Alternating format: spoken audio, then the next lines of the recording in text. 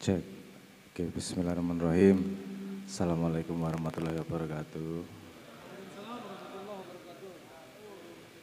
Akhirnya naik panggung juga. Menurut jadwal jam setengah 8, saya sudah nunggu dari maghrib tadi. Tapi ada sesuatu dan lain hal ternyata. Tapi alhamdulillah akhirnya sampai sini. Cek, apa lebih jelas lagi? Oke. Hari ini kita ngobrol-ngobrol tentang akhlak dan dan aja tausiah yo. Aku duduk kiai, gak iso tausiah iki. Saya lebih seneng diskusi, ngobrol, bagi pengetahuan, bagi ilmu. Nek tausiah bagiane Gus-gus, bagiane kiai-kiai. Nah aku diceluk Gus iki fitnah rodokan niku. Blas gak cocok dadi Gus. Provokator malah cocok ya. Tadi saya tanya sama teman-teman panitia, apa sih maksudnya bikin acara ini? Katanya ya dituturi arek-arek, kita semua dituturi agar moralnya kembali baik. Terus dituturi Nabi wera mempan tak tuturi, masuk mempan dah. Ini ya rada ora masuk akal. Kita mending diskusi aja. Karena memang banyak ada beberapa acara terakhir termasuk besok itu di salah satu kementerian temanya hampir sama. Urusan moral, integritas, etik dan seterusnya. Ini memang tema yang lagi hot. Kebetulan Indonesia dapat julukan sebagai bangsa dengan adab terburuk se-Asia Pasifik di sosial media. Ini kan agak kontradiktif dengan mayoritas Islam dan ajaran Islam mengutamakan adab kan gitu ceritanya. Dan saya bertanya, ada dua cabang nih kalau mau kita ngomong akhlak. Dan saya harus bertanya sama teman-teman juga. Dua cabang itu begini. Pertama cabang balsem. Cabang balsem itu jadi saya yang ngomong soal akhlak, kudu apik wong ki, kudu dan seterusnya dipijeti nek loro, baru 2 minggu lagi pegel lagi. Atau kita mau membedah soal akhlak tenanan, tapi ya mumet kan gitu. Tapi kemudian kita paham asal usulnya dan saya kan ngomong sama mereka, gak iso kowe memperbaiki akhlak dengan cangkeman. Gawe acara, bali-bali wis dadi wali kabeh, itu gak mungkin wis lah. Itu kita ngobrol kayak gini, pulang, bisa aja lupa berapa persen sih yang dibawa pulang, kan gitu. Jadi saya menawarkan pada teman-teman, yang mana ini, kita ngomong balsem permukaan atau memang mau kita gali pecah beneran nih. Kenapa susah kita ngomong akhlak, kenapa susah kita ngomong moral dan tidak hanya selesai dengan cara kognitif berpikir ngobrol gini aja. Semua harus punya disiplin untuk urusan moral itu. Kalau kita tahu anatominya, kalau kita bedah asal usulnya, kita insya Allah jadi lebih tepat cara menanganinya kan gitu. Karena hampir semua ini menanganinya dengan gini ya. Dengan ngobrol seminar gini diharapkan outputnya akhlaknya baik.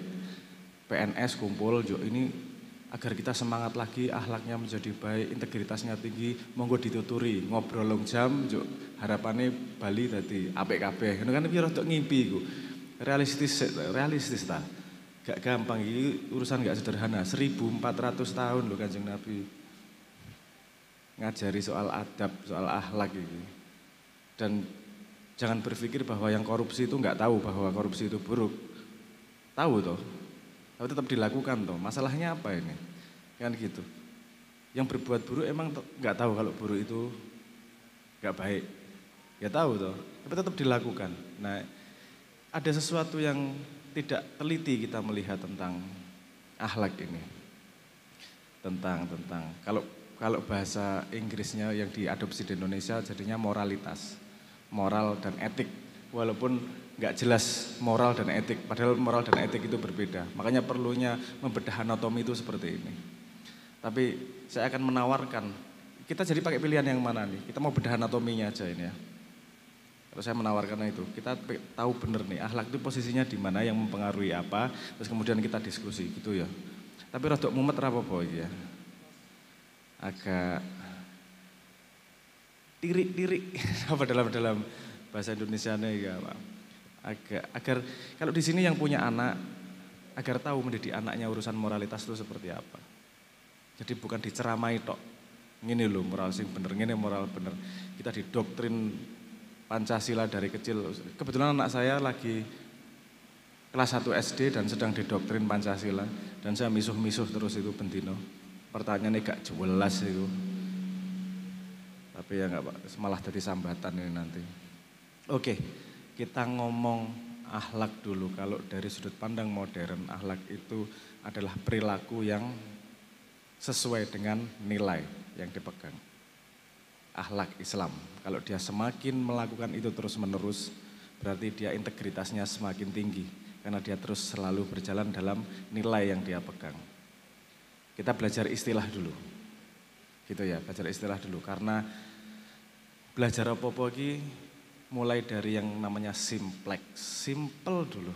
Kayak belajar huruf, baru belajar kata, baru belajar kalimat, baru bisa bikin alinea dan baru bisa bikin buku kan gitu.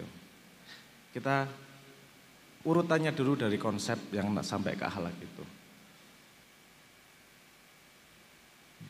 Manusia akalnya itu guna utamanya untuk membedakan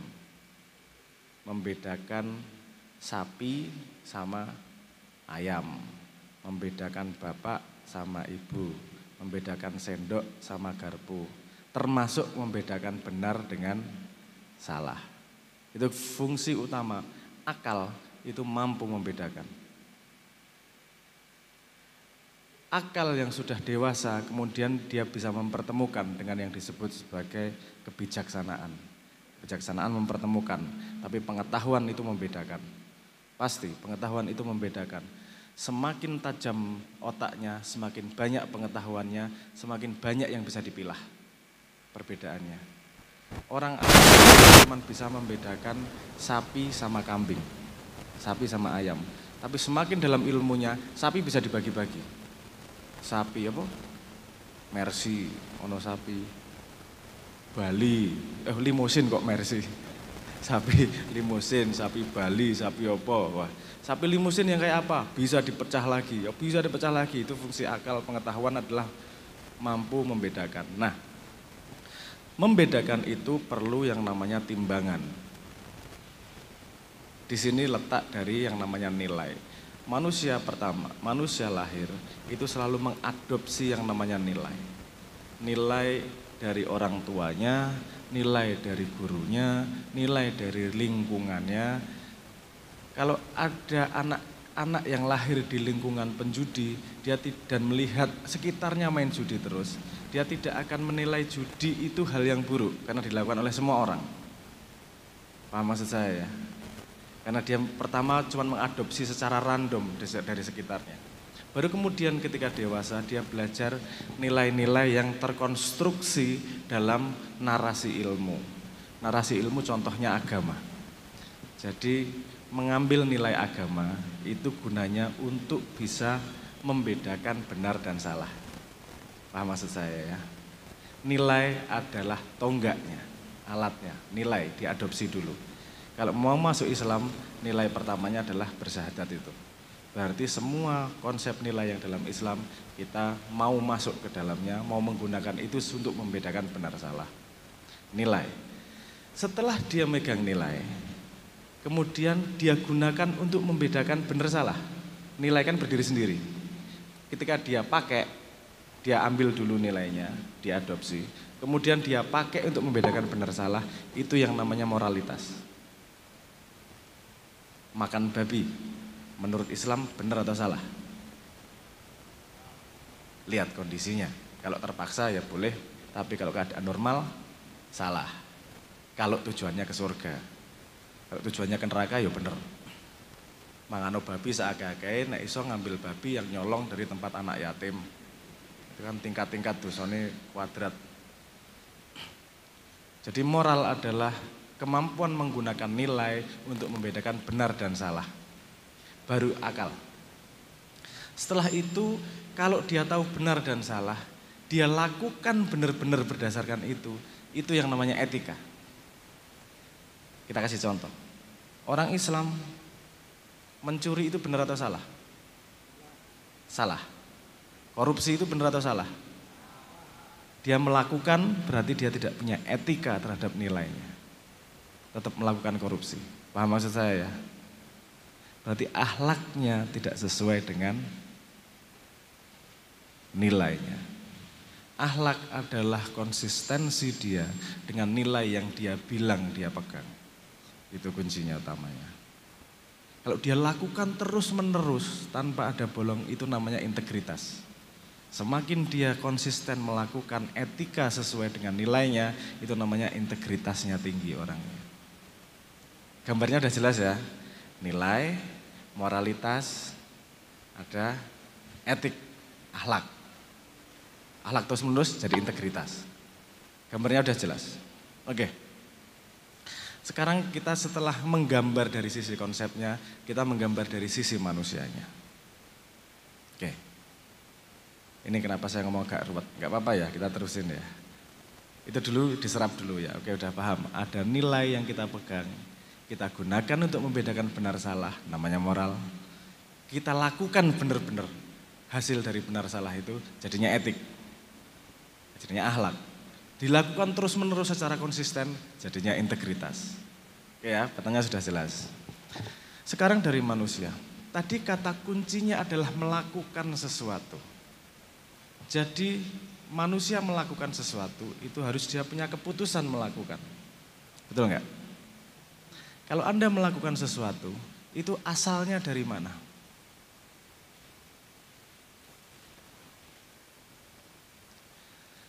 Kopi atau teh? Milih mana? Kopi misalnya. Dari mana asal keputusan itu? Dari akal. Betul ya? Oke. Yang kelihatan di luar itu adalah keputusan pelakunya. Melakukan apa? Dia minum kopi atau minum teh? Yang kelihatan dari luar. Yang nggak kelihatan ada di dalam adalah yang pikirannya terjadi. Itu di dalam dirinya. Pikirannya muter nih. Aku milih apa ya? Kan gitu. Oke. Sekarang pertanyaan, kan semua tadi ketika saya di awal ngomong dipikir, akhlak itu bisa pakai pikiran. Padahal pikiran itu juga tergantung pada sesuatu. Pikiranmu tidak selalu keputusannya sama. Pikiran tergantung apa? Pikiran juga tergantung sama yang namanya perasaan. Nek perasaanmu lagi enak, lebih banyak sedekah pasti. Perasaannya lagi gak enak, lebih susah sedekah misalnya. Paham ya? Jadi semua pikiran itu pasti tergantung dengan perasaan. Pertanyaan kita gali lagi ke bawah. Semua perasaan tergantung sama apa? Semua perasaan tergantung sama emosi. Bedanya emosi sama perasaan apa sih? Kan gitu. Kita selama ini menggunakan perasaan dan emosi sebagai kosakata yang sama. Itu berbeda maknanya. Kita petakan lagi nanti. Emosi tergantung apa? Nanti saya jelaskan. Emosi itu bergantung pada apa? Emosi bergantung pada fisiologi. Badan. Oke. Paling bawah apa namanya? Badan. Yang kamu miliki, wadak. Kan kita mencoba mengurutkan. Dari badan sampai melakukan sesuatu. Karena akhlak ini melakukan sesuatu nih. Siapa yang melakukan sesuatu? Badan. Kalau kita nggak tahu urutannya, kita nggak akan tahu memperbaikinya gimana nih. Karena proses ini terjadi dari A sampai Z. Oke, di badan itu ada jantung yang berdegup, ada darah yang bergerak, jadi ada energi yang bekerja. Betul? Paham ya? Setelah ada energi bekerja itu, kemudian di atasnya ada yang namanya emosi. Emosi bahasa Inggrisnya apa? Itang itu ngambil dari bahasa Inggris. Emosi bahasa Inggrisnya emotion. Motion itu artinya apa? Bergerak. Motion itu artinya bergerak. Emotion artinya energy in motion. Energi yang sedang bergerak di dalam tubuh nih. Ini emotion. Jantungnya deg-degan, itu baru emotion. Tapi kalau deg-degan karena naksir, baru perasaan. Deg-degan karena dikejar anjing, ketakutan, itu perasaan. Tapi deg-degannya adalah emotion. Emosi adalah ketika manusia menyadari pergerakan di badannya, menyadari pergerakan energi di badannya. Emosi adalah pergerakan energi di badannya. Emosi.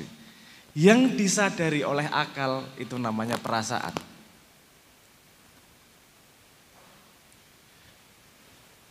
Bingung lagi? Paham nggak? Ada badan, fisiologi. Di badan ada sesuatu yang bergerak. Ada darah, ada jantung, ada nafas, energi yang bergerak. Kita tahu ada energi yang bergerak di sini. Kadang-kadang deg-degan, kadang-kadang enggak. Ini energi yang bergerak. Kalau kita memahami kenapa energinya gitu, jadinya perasaan. Kalau kita tahu sudah merasakan sesuatu, ini berpengaruh pada pikiran. Pikiran itu berpengaruh pada perbuatan. Misalnya gini, kenapa Anda disuruh wiritan, disuruh sholat? Menenangkan hati, artinya agar perasaannya, emosinya stabil. Karena pada emosi yang stabil, emotion yang stabil, Anda akan punya pikiran yang lurus, yang imbang. Kalau Anda lagi nggak tenang, disuruh ngambil keputusan kira-kira benar nggak? Bahkan ketika jatuh cinta ngambil keputusan salah. Ada kalimat gini, jangan pernah ngomong kotor ketika marah dan jangan pernah berjanji ketika bahagia. Menyesal pasti nanti. Dek, sehidup semati, dek, kamu mati saya ikut mati, dek. Deloi 3 bulan kemudian menyesal mesti gue. Ya ora ngono-ngono banget sih, biar kan pas lagi seneng kan gitu. Artinya yang keluar dari mulutmu tidak imbang karena sedang tidak imbang nih emotionmu. Perasaanmu sedang tidak balance, tidak seimbang. Apa balance bahasa Indonesia ini seimbang itu, tidak pada titik equilibrium, titik keseimbangan. Untuk mengeluarkan akhlak yang baik, tidak hanya pengetahuan tentang benar salah, tapi juga ketenangan hati, ketenangan perasaan, pemahaman terhadap emosi dan menjaga tubuh dengan sungguh-sungguh. Saya nggak tahu ini pernah dibahas atau belum sama Pak Kiai atau Pak atau sama Gus-Gus, bahwa aksi itu tidak hanya pada pengetahuan pikiran. Karena banyak yang disuruh di agama, itu tidak hanya urusan pengetahuan. Anda kon wiritan, ping 300, apakah urusan pikiran? Urusan menata perasaan, untuk menata emotion, menata energi yang bergerak di dalam agar seimbang. Karena hanya dalam keadaan seimbang, pikiran bisa lurus dan bisa melakukan keputusan yang sesuai dengan nilai. Paham nggak gambari? Aku bikin 2 gambar yang agak berbeda ini tadi. Paham ya? Jadi manusia layarnya ada fisik.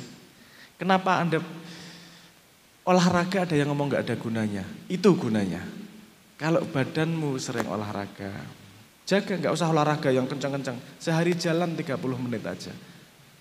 Atau misalnya 5.000 langkah, 6.000 langkah misalnya. Itu menjaga emotionnya tetap bergerak dengan stabil. Karena jantung manusia itu geraknya nggak stabil. Nggak stabil. Kalau Anda ngomong 75, itu ngitungnya rata-rata. 80 itu rata-rata. Kalau dilihat secara detail, jane hoyak koyok wong ayan. Tapi diambil rata-ratanya aja. Nah, kalau kita ngelihat sesuatu pakai rata-rata, itu kita kehilangan detail. Musik ini tadi, kalau kita ambil rata-ratanya, paling ya sak nada atau tapi nada di musik. Yang menarik dari musik justru karena nadanya berubah-berubah, temponya berubah-berubah. Fisik ini, badan ini, jantung ini juga gitu sebenarnya. Anda dikasih tahu sedikit geraknya enggak beneran tidak teratur. Semakin kita stabil, semakin teratur nih. Jadi otaknya tidak seperti di namanya lobotomi. Anda pernah dengar lobotomi enggak? Kejauhan lah. Jadi otaknya waras ngono wae lah gampangnya. Itu istilahnya apa kalau nggak seimbang itu bikin lobotomi sendiri di otaknya itu. Tapi intinya gitu, ada beberapa lapisan fondasi yang berurutan di situ. Fisikmu sehat, emotionmu stabil, energi yang bergerak stabil. Energi yang bergerak stabil, kamu lebih bisa mengenali rasa. Perasaan adalah pengetahuan tentang emotion. Pengetahuan tentang energi yang bergerak di badan. Kalau ada yang belajar yoga, ada belajar cakra. Cakra duduk Naruto ya. Ini penonton Naruto belajar cakra itu kayak Kakashi po. Kaki Bunshin no Jutsu ngono kok. Bukan itu maksud saya. Tapi ada yang lahir dari pernapasan misalnya. Itu disiplin-disiplin yang belajar tentang wadak. Gimana kita mengenal emotion, energi yang bergerak itu. Kundalini, kayak bangsane gitu-gitu loh. Itu pengen mengenali emotion, energi yang bergerak di dalam tubuh. Karena semakin kita mengenal, semakin terbuka. Kalau dunia tradisional mengatakan perasaan itu bisa dibagi sampai 70.000. Tentang emotion ini tadi. Yang bisa dikenali itu bisa sampai 70.000. Padahal kita sehari-hari pakai berapa nih? Ya sedih, marah, kecewa, paling ngono orang ngasih rolas, nggak sampai 15. Padahal kalau dibedakan, kalau dari disiplin tradisional ada 70.000, kalau dari disiplin modern ada 34.000. Jadi banyak energi, jenis energi yang bergerak di dalam diri kita. Aku nggak pengen gini, kalau pengetahuan ini diajarkan umum, mumet kira sida urip mempelajari emosi tok. Bundet. Makanya agama memberi jalan pintas.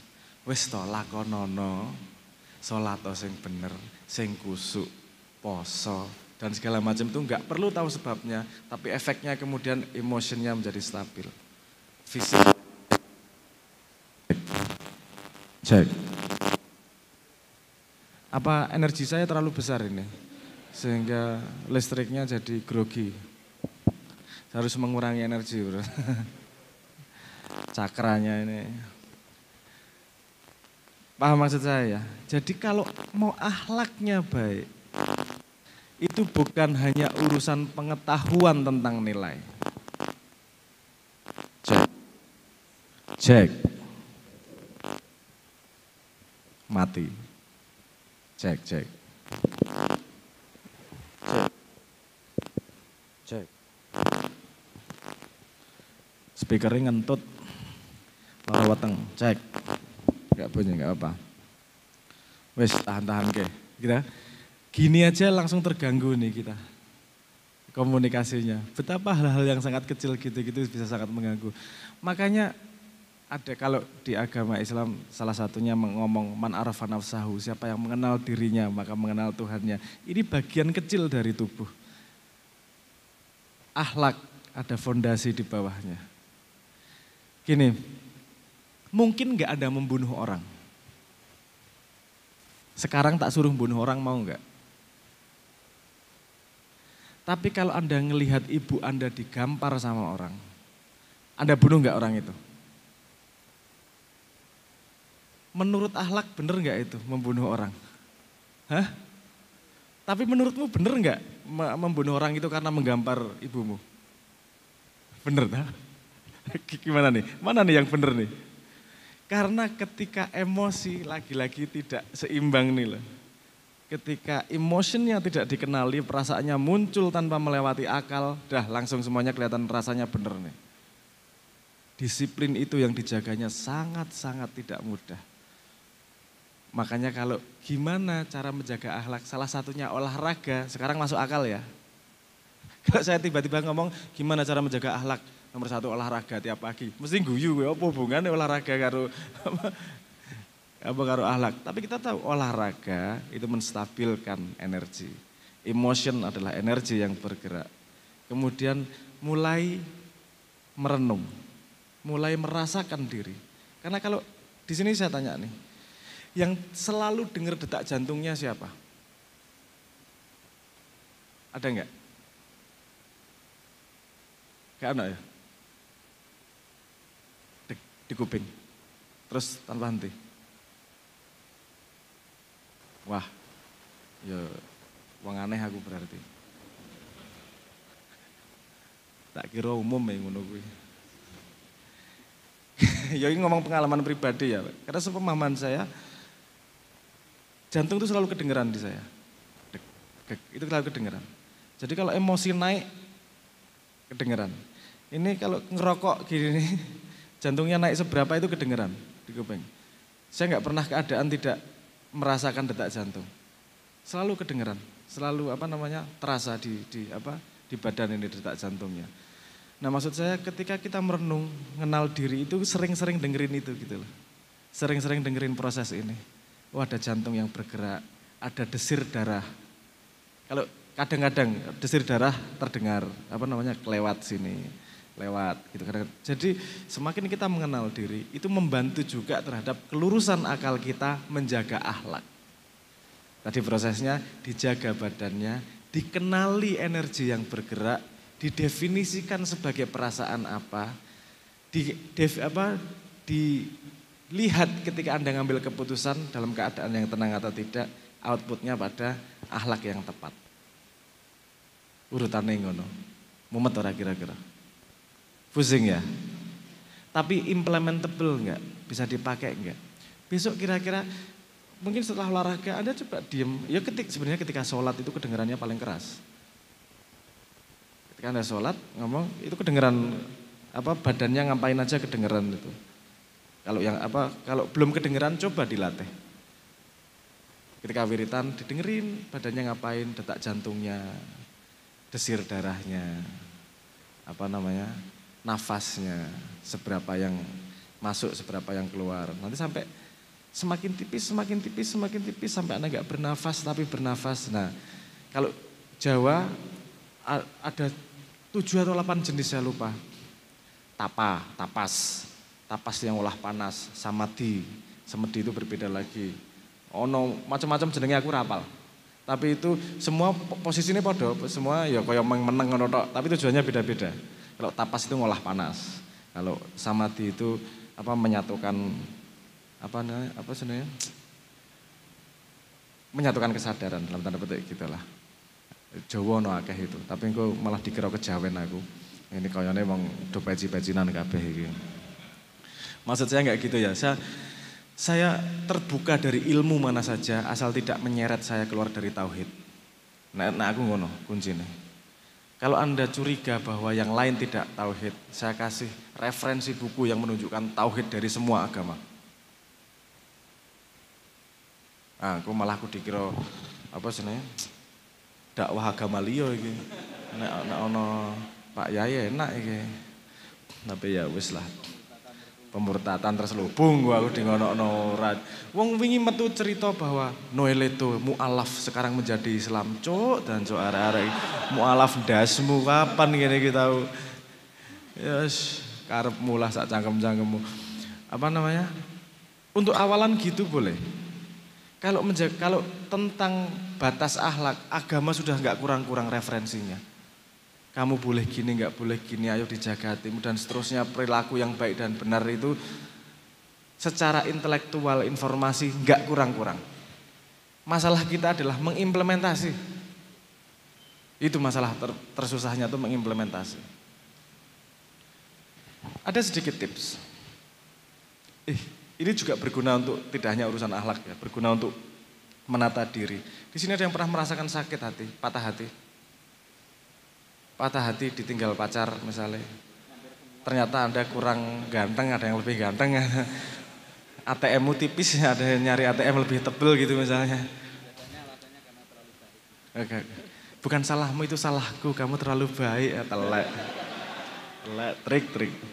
Centang biru loro ora dibales-bales, taek. Keadaan patah hati itu keadaan yang paling, ya bukan paling ya, salah satu keadaan yang paling strategis untuk berubah. Karena itu keadaan gak enak.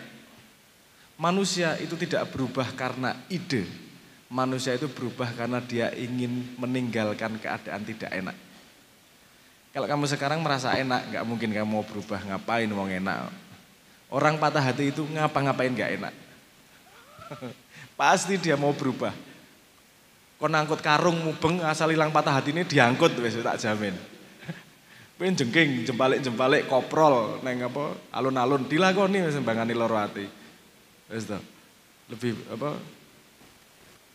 Jadi tadi itu kuncinya bahwa manusia itu berubah bukan karena ide tapi karena dia ingin sesuatu yang lebih baik. Dia merasakan tidak baiknya sekarang, tidak enaknya sekarang. Kamu tidak mungkin merasakan tidak enaknya sekarang kalau tidak mengenal dirimu. Kalau kamu sudah mengenal bahwa dirimu, oh ada yang nggak enak di sini, ada yang nggak pas di sini, nggak akan berhenti berubahnya tuh. Akan terus walaupun sedikit-sedikit terus berubah. Dan itu kan masalah terbesar kita.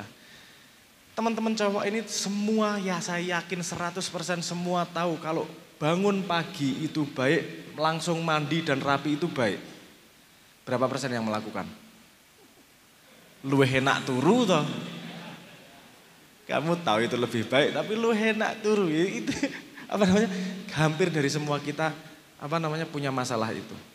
Gak sah kowe aku ya duwe masalah ngono. Susah kayak gitu tuh. Ada trik sedikit gini ketika kamu belajar mengenal diri. Kalau kamu ngasih tahu adikmu atau anakmu, pasti keras ngasih taunya untuk kebaikan dia, betul nggak? Coba lakukan sama dirimu. Ajak ngobrol diri. Ini lagi patah hati ya Leo. Oh alah. Ayo toh sabar tenang aja. Semua akan berlalu. Tenang aja. Dirimu yang tua dan bijaksana memberitahu dirimu yang sedang sakit hati, patah hati. Dirimu yang sebagai cita-cita, maksudnya gini, sebagai cita-cita. Kamu pengen jadi orang terbaik. Ini kan cita-cita lagi. Dirimu yang jadi yang terbaik itu marahin dirimu yang sekarang. Yo males-males toh. Ayo toh, mangkat toh. Ketika kita ada komunikasi, kita membelah diri. Tapi ketika kita punya komunikasi gitu, itu melatih kita untuk berdialektika dengan diri. Dan yang itu tadi, man arafa nafsahu, melatih untuk mengenal diri itu. Jak ngobrol loro atine, jak ngobrol sakit atine, jak ngobrol malese, ketak diri sendiri dan seterusnya lah. Tinggal mainan di layer mana, karena kita sudah tahu layernya tadi. Di layer fisik, di layer emotion, energy in motion, atau di layer feeling, perasaan, atau di layer intelektual, atau di layer action. Kalau mau nyari referensinya, ini ada ilmu berbeda-beda yang nunjuknya ke situ nih. Nunjuknya ke apa? Dia membedah hal yang berbeda. Kalau fisik ya yoga atau biologi atau olahraga itu fisik. Emotion itu ya ilmu-ilmu tentang cakra, yo kundalini dan seterusnya itu. Ada teknik pernafasan, Wim Hof. Kalau pernah dengar Wim Hof? Enggak pernah dengar ya? Oke. Kamu cari di YouTube di Wim Hof itu ngene iki. Dia itu bisa renang di kutub utara mengkatokan cendak tok. Kuwi rada edan wong kuwi. Kok piye kata ora kadem iki? Tenanan loh. Dia bilang saya punya teknik nih untuk ngolah ngolah energi. Ditaruhin di dalam lab. Oke. Taruhin air dingin kedinginan dia, terus ayo dinaikin temperatur tubuhmu. Dia pakai tekniknya dia temperaturnya naik, stabil. Enggak kedinginan lagi. Dia bisa mengontrol panas dalam tubuhnya. Pakai sebuah teknik pernafasan yang dia temukan sendiri karena belajar dari nenek moyangnya, dari kulturnya. Nenek Jawa tapas itu tadi, panas. Mengolah panas, energi itu kan dari panas. Nek mau ngerasakan panas paling gampang kan puasa. Nek puasa kan hatinya panas. Ngelih, panasan, pengen ngantemi wong ngerasain itu panasnya cuman nggak diolah, cuman dirasakan keluar tapi belum diolah nih. Seharusnya ya ada teknik-tekniknya tentang mengolah itu. Jadi menurut saya ambil sumber-sumber itu. Nenek moyangmu bukan orang bodoh, nenek moyangmu orang pandai. Cuman mungkin nggak pakai bahasa modern. Jadi cara ngobrolnya berbeda, cara menyampaikan ilmunya berbeda. Tapi jangan buang ilmu apapun sebelum tahu. Kamu nggak berhak buang apapun sebelum kamu tahu. Kalau kamu tahu terus, oh nggak berharga, buang nggak masalah. Tapi kenal aja belum sudah nyala-nyalain syirik, kafir, kok kenal lek durung ya. Kenalan dhisik, masuk dulu baru kemudian putuskan untuk mau atau enggak kan gitu. Dari sudut pandang curiosity, keingintahuan. Oke ya, daripada saya ngomong kepanjangan, saya ngasih di meja prasmanan dua konsep itu tadi. Ada value, ada nilai, ada moralitas, dan ada etik atau akhlak. Dan pada titik yang sama, saya akar ke manusia yang berbeda. Ada fisik, ada energi yang bergerak, emotion, energy in motion. Ada perasaan atau feeling, kemudian ada intelektual. Ini tumpuan satu di atas yang lain, intelektual baru keluar sebagai keputusan, action. Nah ini bertemu dengan konsep ini tadi pada keputusan perilaku yang berakhlak atau tidak. Awalnya ngoten dhisik nggih. Monggo saya lempar kembali kepada moderator. Matur nuwun.